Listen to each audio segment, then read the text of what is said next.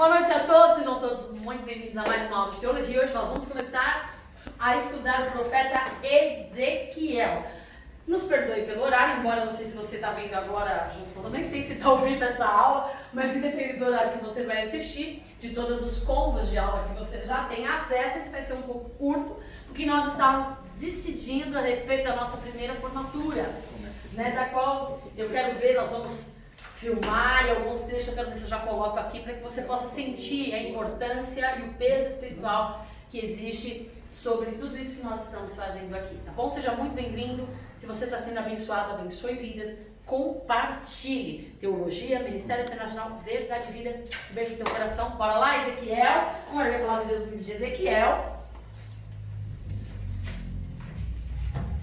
Aos internautas que me pediram para deixar na descrição os textos, me perdoem, não tive tempo ainda, né? O diácono também, a gente não vive só da obra, a gente tem os nossos trabalhos seculares, nós estamos nos esforçando para que possamos aprender e melhorar a cada dia. Então tem um pouquinho de paciência, que eu creio que até para o ano que vem a gente já vai conseguir consolidar tudo isso daí de tal forma. Mas hoje nós vamos enfatizar, nós vamos começar uma introdução sobre o livro do profeta Ezequiel, e nós vamos enfatizar o capítulo 1, do 1 ao 3, capítulo 2, do 1 ao 10, e nós vamos ler alguns textos adjacentes, você pode anotar aí, Levítico 1, 27 e 34, Números 8, 24, Números 4, verso 3, e deixa eu ver se tem mais algum aqui, Levítico 8, 24, não, já falei, deixa eu ver se tem mais algum aqui, vocês também vão anotando, Gênesis 9, verso 11, nós vamos ler também o capítulo 2, capítulo 4, tudo que nós vamos tratar nesta aula estão nesses textos que eu estou falando aqui. Levítico 21, 11 e João 3, 1, ok? Bora lá, Ezequiel. Quem foi o profeta Ezequiel? Vamos lá. Deixa eu pegar uma caneta melhor, para que vocês possam escrever. Quando Ezequiel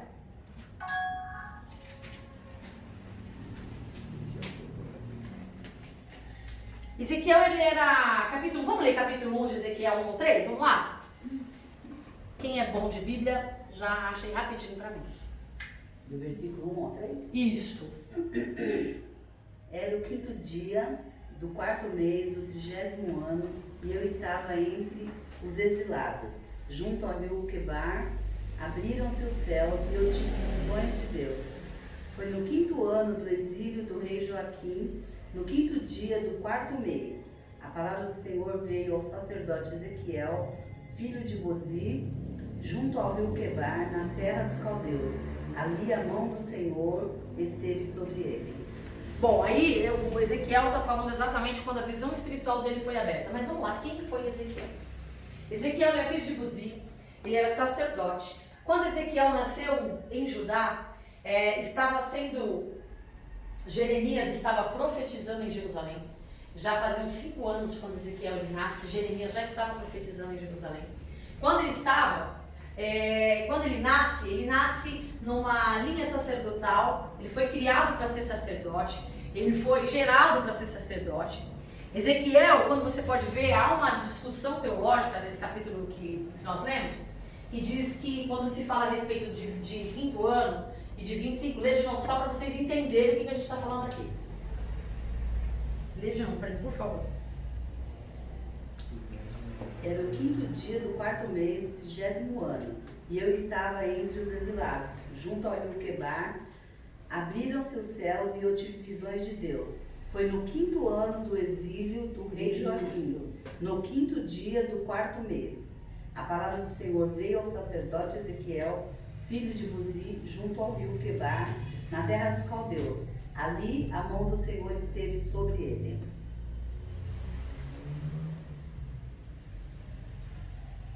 Desprezo. Buzi significa desprezo ou desprezado por Javé.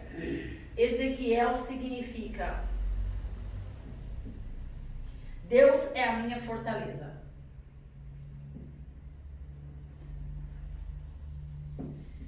Deus estava falando através dos profetas em Judá, falando a respeito de que viria a invasão.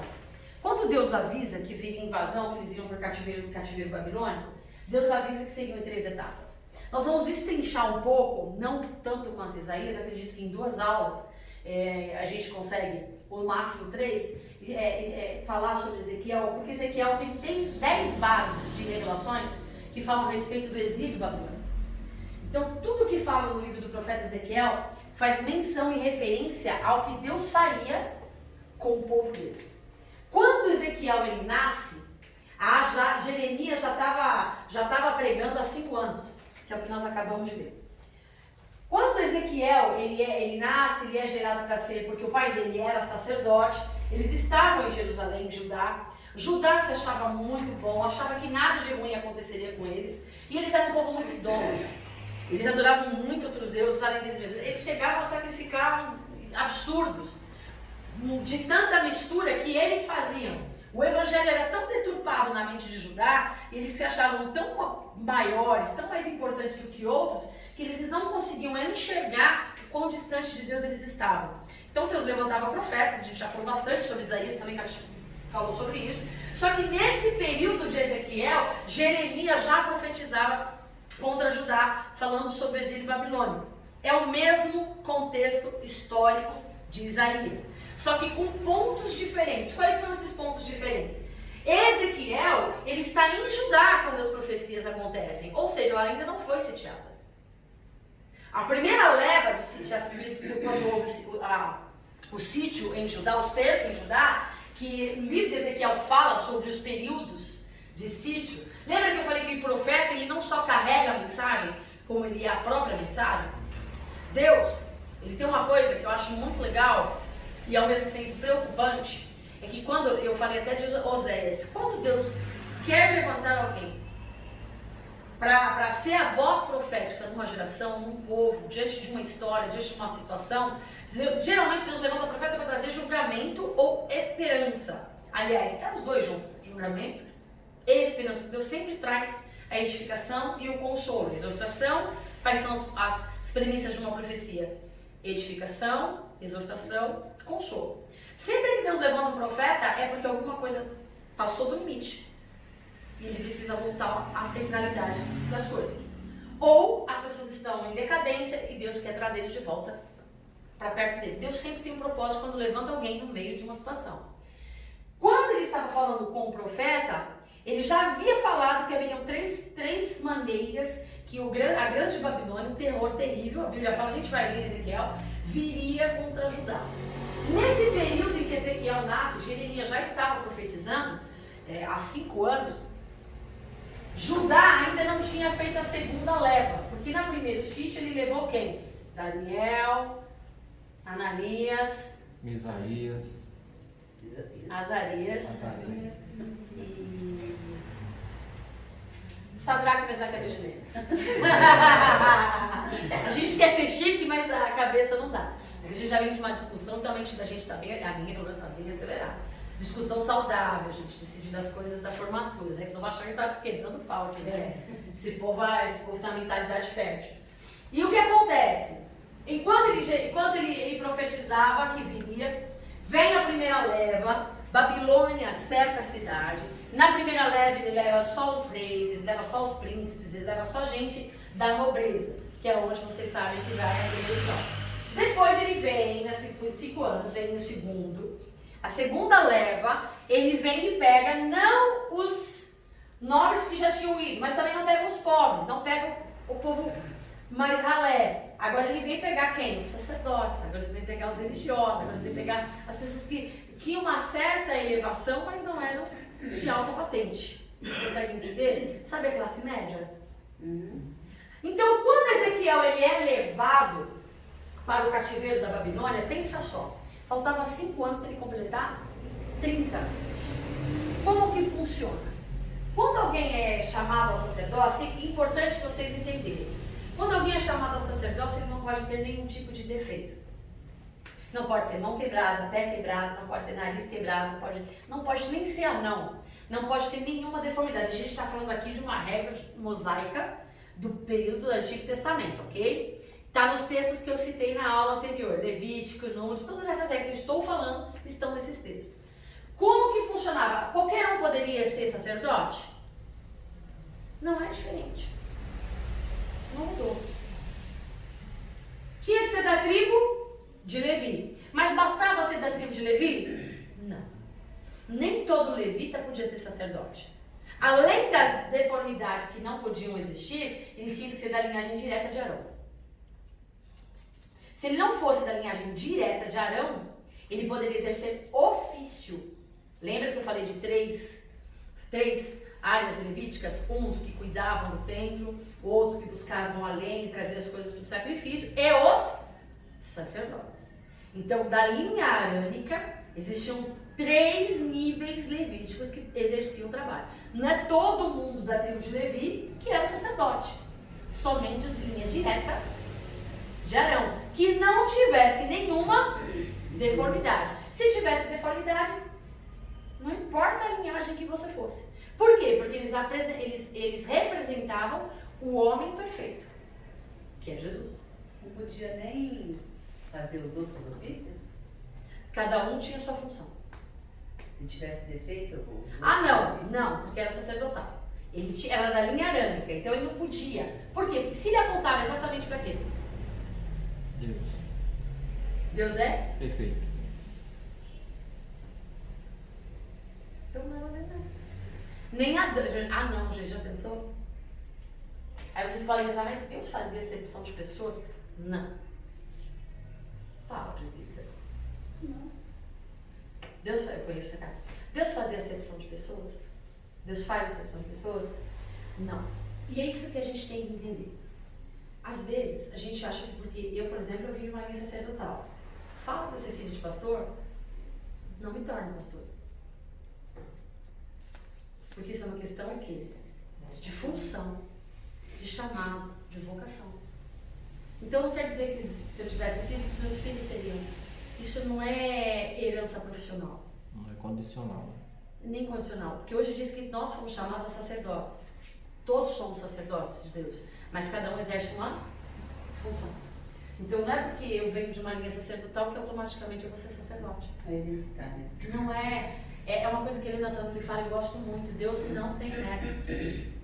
Deus só tem filhos. Não tem neto, não importa. Teu filho, não importa.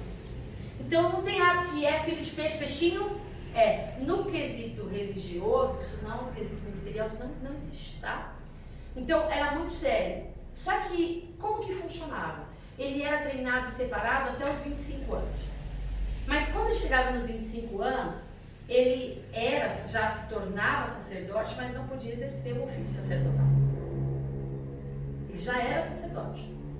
Quando Ezequiel, ouve as pregações de Jeremias, já profecia de Jeremias, e vem a segunda leva de Babilônia, é nesse período. Quando Ezequiel, aos 25 anos, ele é sacerdote, mas ele não pode exercer o ofício sacerdotal. É por isso que trata esses 5 anos aí. De 25 a 30, ele vai estudar todas as ciências da natureza e da anatomia humana. Porque qual era a função do sacerdote? O sacerdote ele tinha que ser mestre da lei. Se ele não conhecesse toda a legislação, a lei, ele não podia ser sacerdote. Então, por exemplo, até os 25 anos, ele aprendia tudo referente à religião. Tudo referente à divindade, tudo referente a Deus. De criança até os 25 anos, Torá, Bíblia, tudo. Dos 25 aos 30 anos, ele já era sacerdote. Então, ele já tinha uma missão eclesiástica a exercer. Certo? Dos 25 aos 30 anos, ele não podia exercer o ofício sacerdotal. Por quê? Porque agora ele tinha que se preparar para exercer a unção que ele recebeu. Porque o sacerdote não era só sacrificar, entrar lá no Santo dos Santos e oferecer a Deus, não. Ele tinha muitas funções.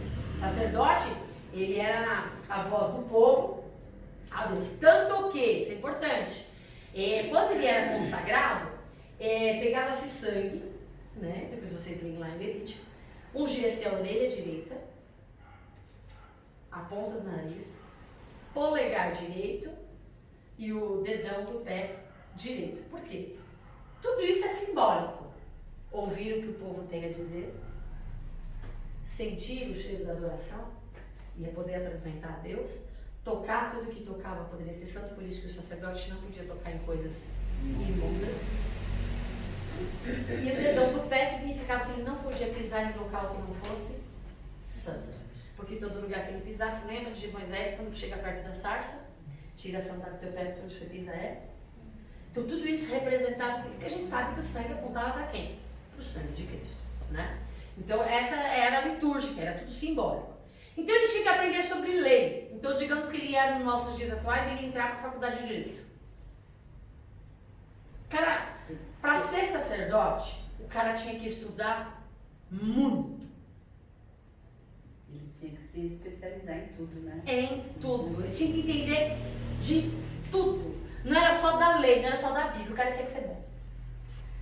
Foi consagrado, mas ele tinha que agora vai estudar lei. Por quê? Porque as questões de casamento, as questões civis, de disputas de terra, de cair uma semente fora do quintal do outro, quem resolvia isso? Tudo isso era apresentado para o sacerdote. Então quem julgava as questões civis era o sacerdote. Então o cara tinha que estudar lei.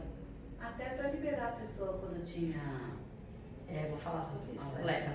Existiam 30 tipos aproximadamente, tá? 30 tipos de lepra naquela época de Ezequiel. E destas 30 tipos de lepra, tinham lepras curáveis e lepras não curáveis. Para o cara exercer o sacerdócio, ele não só tinha que dominar a lei, não tinha que ser só mestre da lei, não tinha que entrar só numa faculdade de direito. Ele tinha que entrar numa faculdade de medicina. Porque ele tinha que estudar todas as doenças, todas as enfermidades, todas as plantas, todas as curas medicinais. Porque era a responsabilidade do sacerdote falar: essa lepra tem cura, essa lepra não tem cura. Essa lepra vai ser tratada, vai ficar 7 dias lá separado. Era o sacerdote que olhava para a mulher nos seus ciclos menstruais e falava: você vai ficar separada. E a mulher, antes de voltar para o ciclo social, ela tinha que se apresentar para quem? Para o sacerdote. O sacerdote que ia averiguar, ia dizer se ela estava apta para voltar para o ciclo social. E assim também era com as enfermidades. Para o cara poder dizer se ele podia voltar a social um cara que tinha lepra ou não, para o cara poder dizer que tipo de medicina que ia aplicar, que tipo de azeite que ia aplicar, que tipo de cuidado que ia ter com o cara lá no leprosário, o cara tinha que entender de medicina. Então, ser sacerdote não bastava nascer numa família sacerdotal, uma tribo de Levi, e não bastava ser da linhagem de Arão. Tinha perfeito. Obrigada. E não bastava ser perfeito. Tinha que estudar a vida toda para ser sacerdote. E não era só a lei, porque a lei ele passava 25, a Torá ele passava 25 anos, com 6 anos ele já tinha que saber ler. E a primeira coisa que eles iam era a Torá. Então eles não sabiam precisar. Porque era uma regra dos judeus também, né? É uma regra dos judeus. Eles começam desde a infância, né? E estudam. Aos 12 anos ele tem que estar com a Torá na ponta da língua. Então, isso já fazia parte da rotina deles, praticamente. Sim, mas ele estudava profetas com profundidade. Na verdade, os pergaminhos que ele estudava, né? As profecias, porque ainda não tinha o compêndio da forma que nós temos hoje. Então o cara tinha que estudar isso, o cara tinha que estudar medicina, o cara tinha que estudar astronomia.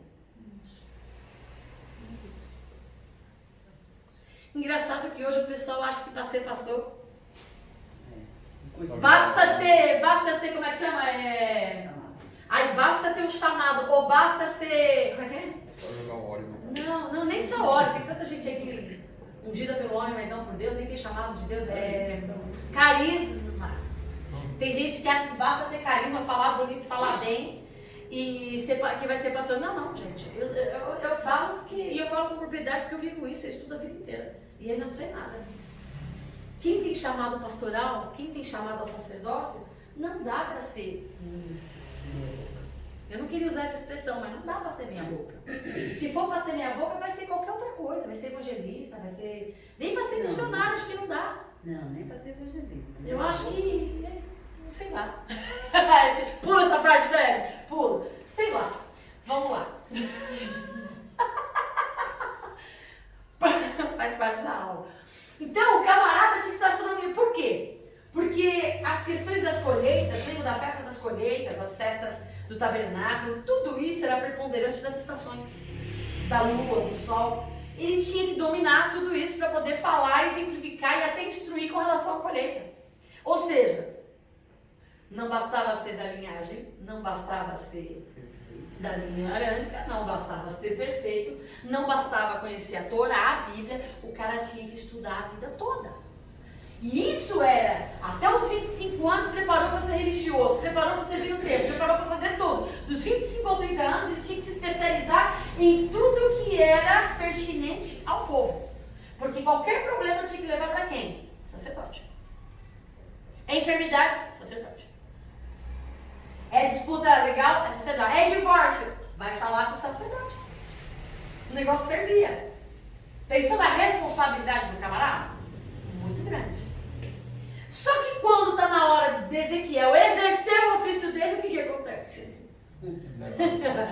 Olha a maior frustração do cara. A vida toda estudou, preparou, igual você fazer um monte de faculdade, e aí descobrir quando você se informa tudo que você estudou direito, contabilidade, economia, e aí depois você estudou tudo isso e você descobre que na verdade você só foi chamado para ser pastor. Aí tudo que você vê, meu Deus, estudei tanto, mas aí você vai, mas é que para ser sacerdote eu preciso conhecer de tudo um pouco. Mas vai entender. Mas não era para ficar rico, não era para ganhar dinheiro, não era para ter empresa. Não, era só para você exercer o seu chamado.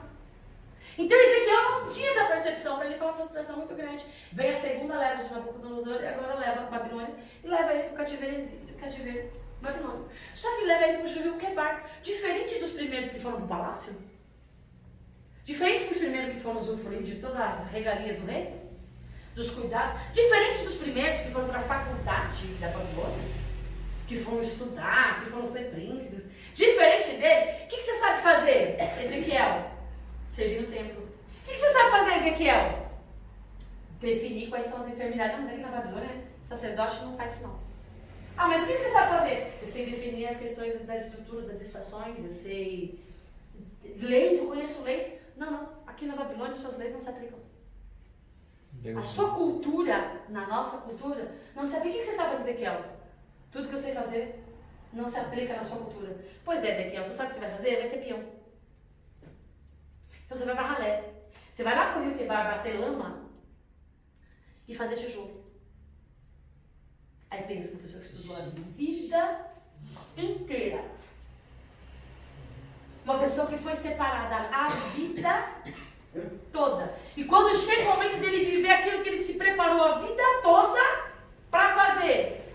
Não, filho, você não serve. Aqui você não se enquadra. Aqui agora você vai lá para o Rio Quebar, junto com todos os operários. Vai bater lama. Ezequiel é casado, tá? Você imaginou a cabeça emocional de Ezequiel? Já imaginou? Acontece que quando Deus chama alguém para fazer a diferença, seja em que tempo for, não basta carregar a mensagem. Você tem que ser a mensagem. Senão você não é profeta de Deus, ok? Você pode ser profeta de qualquer coisa. Profeta de Deus não só carrega a mensagem, é a mensagem. Isso fez um emaranhado na cabeça de Ezequiel. E quando ele chega lá batendo lama no Rio Quebar, ele achou que tudo estava acabado, que tudo estava destruído, porque a gente não entende os planos de Deus. Ezequiel não era diferente. Ezequiel falou, cara, eu fui chamado para isso, me preparei para isso, estou aqui para exercer, e na hora de exercer, meu mundo acaba, vou morrer aqui, peãozão. Os projetos de Deus são maiores e melhores do que os nossos. Ele foi preparado para ser sacerdote, mas Deus chama ele não para só o sacerdócio, mas para ser uma voz profética no meio do povo da Babilônia. E aí é onde começa o bicho pegar na vida de Ezequiel. Porque até então vocês acham que pegou? Não pegou nada. O profeta Ezequiel não vai dar tempo de falar, mas só para dar uma pinceladinha para vocês. Foi um camarada. Eu vou só. Nem é o que eu acho mais grave. O que eu acho mais grave foi ele ficar virado de um lado, seminou. Nem vou falar amarrado, nem vou falar, a gente vai estudar sobre isso. É terrível. Só para representar a nação de Israel, porque não basta ter mensagem. Tem que ser a mensagem. Deus falou, você vai ficar como assim? Vai fazer.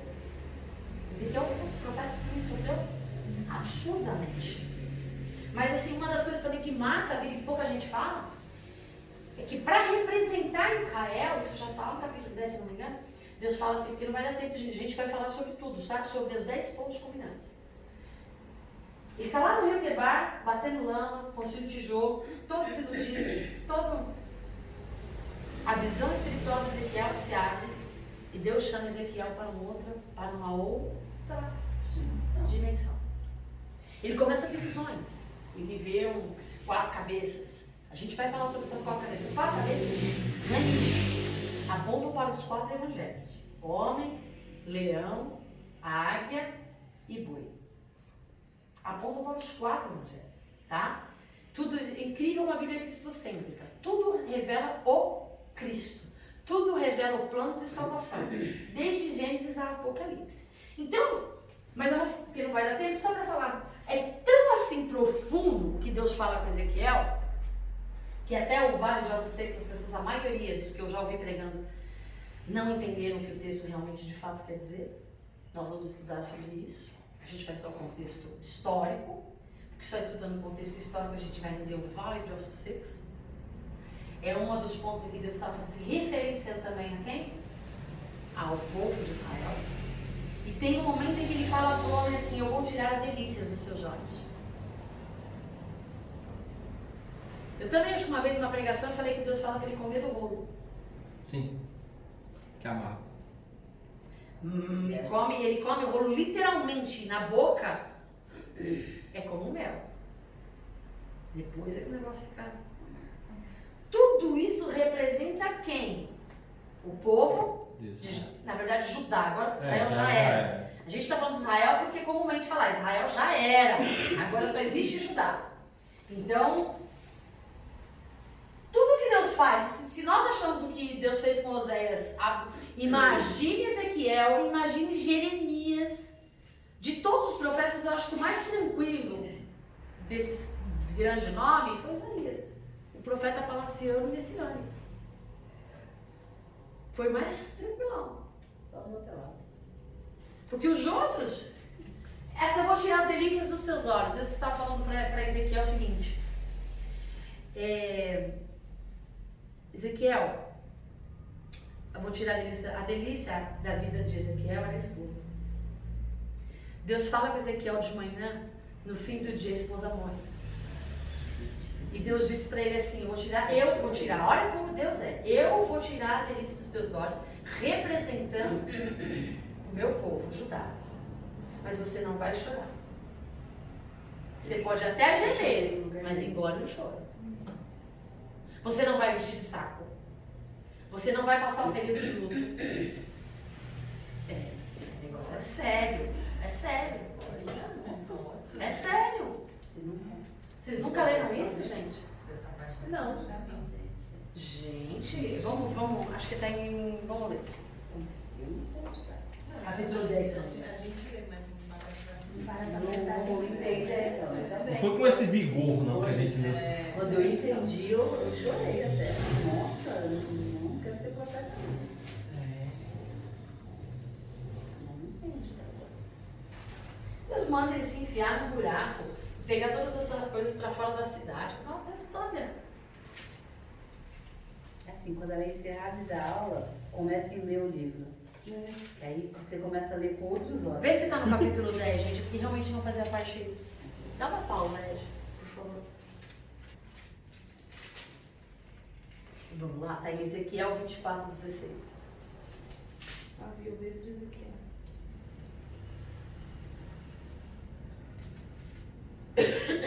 Começa do 15, pastor, na verdade. Pode ler, Fala pode assim: ler. E veio a minha palavra do Senhor, dizendo: Filho do homem, eis que de um golpe tirarei de ti o desejo dos teus olhos, mas não lamentarás, nem chorarás, nem te correrão as lágrimas. Geme em silêncio, não faças lutos por mortos. Ata o teu turbante e põe nos pés os teus sapatos. E não cubras os teus lábios, e não comas o pão dos homens. Pegou? Tá bom. Você vai sofrer, mas você vai gemer quietinho. Não vai deixar ninguém perceber. Não, olha só, Ezequiel foi fiel à ordem de Deus. E o que isso representava? Porque cada visão que Deus dava para Ezequiel, cada coisa que Deus, cada simbologia que Deus fazia através da vida de Ezequiel, ele tinha uma mensagem para o povo de Israel. Só que o povo de Israel, por que Deus fazia isso? Porque Deus falava com o povo de Israel e o povo de Israel não dava atenção.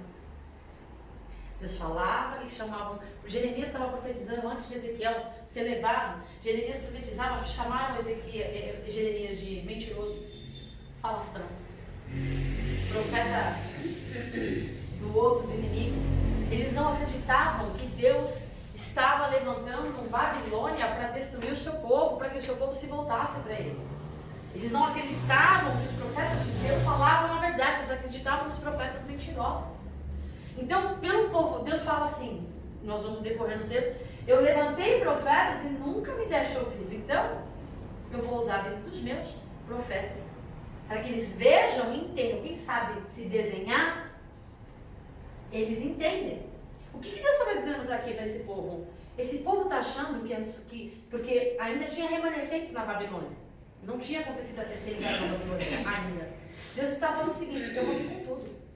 Eu vou profanar o meu próprio templo. Porque eles se gabavam, Judá se gabava, porque como o templo ficava em Jerusalém, e o templo representava a presença gloriosa de Deus, eles achavam que jamais eles seriam destruídos, por causa da presença de Deus, mas Deus já tinha algo. Porque Deus não divide a glória dele. No dia em que eles idolatravam, eles já mancharam o templo do Senhor. No dia em que eles dividiam a glória de Deus com outros deuses, eles já se viraram as costas para Deus. E Deus não estava mais ali. Deus já não estava mais ali. E Deus queria trazer o povo. Falei, gente, volta-se para mim, aprende, se converta, mude seus caminhos. E o povo não fazia. Então, já que o povo não fazia, então eu vou desenhar. Deus ama tanto o seu povo, lasque-se o profeta. Vou usar o profeta como a mensagem. Não, ele já trouxe a mensagem, ninguém ouviu? Então agora eu vou usar o profeta para ser a mensagem. O que ele deve para Israel? Eu vou tirar a delícia dos seus olhos. Qual era a delícia dos olhos de Judá? O templo. O motivo do orgulho e da soberba de Judá era o templo em Jerusalém, porque o templo está aqui, a presença de Deus está aqui, Deus está conosco, ninguém virá contra nós. Então Deus falou, vocês não estão entendendo. Então já que o orgulho, olha como é sério, Deus fez isso com Moisés, Deus fez isso com Abraão. Isaac é o quê? De Abraão. A delícia dos olhos.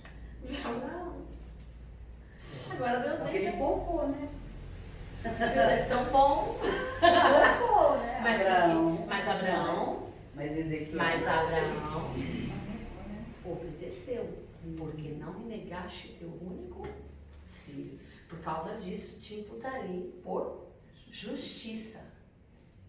Então Deus foi justo. Estava apontando para o Messias. Então agora Deus está usando Ezequiel e está falando para Ezequiel o negócio seguinte, ó. Eu vou vir acabar com tudo. Assim como Ezequiel, teu orgulho, a tua alegria, teu regozijo da tua esposa, eu vou tirar de você. E você não vai nem chorar. Agora, de Judá, eles vão ter que engolir o choro. Porque eu vou destruir tudo, eu vou acabar com tudo. E quem fez com tudo? Ele falou, eu vou profanar o meu templo. Olha como é sério. Deus fala, eu vou profanar o meu templo. Para quê? Para que vocês aprendam, olha só, a se voltar para mim. Aí eu te pergunto, porque eu já vou acabar, só tenho 2 minutos para acabar a aula. Aí eu pergunto uma coisa para você, que Deus é esse que nos ama tanto? Que entregou a menina, que entregou o filho unigênito dele para morrer como maldito, pagar a dívida que era nossa. Fala para mim que amor é esse. Estou pregando agora. Fala para mim que amor é esse. Que amor é esse que ele põe em sofrimento um dos seus profetas que carrega a sua mensagem por um povo insolente, rebelde, soberbo e arrogante. Que amor é esse? Deus sabe quem chamou. Deus sabe quem escolhe. Deus só chamou Ezequiel por profeta da nação, porque sabia, assim como chamou Abraão, não negaria o único filho. Ezequiel não negaria a sua voz. para representar o que ele queria. Então, nem todo mundo diz Senhor, Senhor. Nem todo mundo quer da mesma linhagem. Porque ser chamado por Deus, independente daquilo que você exerce, do chamado, da ferramenta que Deus vai usar você, sem renúncia, sem obediência e sujeição, não vai rolar. Deus chama. Quantos profetas existiam naquela época? Muitos. Quantos pregadores existem hoje? Quantos pastores existem hoje? Quantas igrejas existem hoje? Quantos cristãos existem hoje? Quantos crentes existem hoje? São diferentes. Quantos evangélicos existem? Que também é uma terceira linhagem de cristãos. Quantos evangélicos existem hoje? Quantos falam a verdade? Mas quem carrega a mensagem da verdade? Ou melhor, quem está disposto a ser a mensagem da verdade? Porque carregar é até bonitinho. Mas quem realmente está disposto a ser a mensagem? É bonito, né? Os títulos, a fama, os holofotes. Mas quem é chamado de verdade? Não é a fama que o atrai. Não são os holofotes. Não é a trama. Mas é a renúncia. Quem não choraria a morte desse povo? Quem não se revoltaria? Meu, eu faço tudo que o senhor quer, vamos? Sou obediente a Vamos trazer para os nossos Vamos. dias. Quem que não vai falar assim, meu, eu faço tudo certinho, estou obedecendo, estudei, e o senhor vai tirar a mim? A meritocracia. Isso antes, né? Porque eu já me revoltaria antes, cara. Eu me preparei a vida toda para o sacerdócio, agora eu vou lá amarrar, amassar tijolo, fazer o Gente, era o pior trabalho que podia Então, não existir. bastasse amassar tijolo, ainda vai... A única delícia, o único prazer que eu tenho Que a minha esposa- me é de nada. Isso é só introdução, gente. Beijo, até semana que vem, até a próxima aula.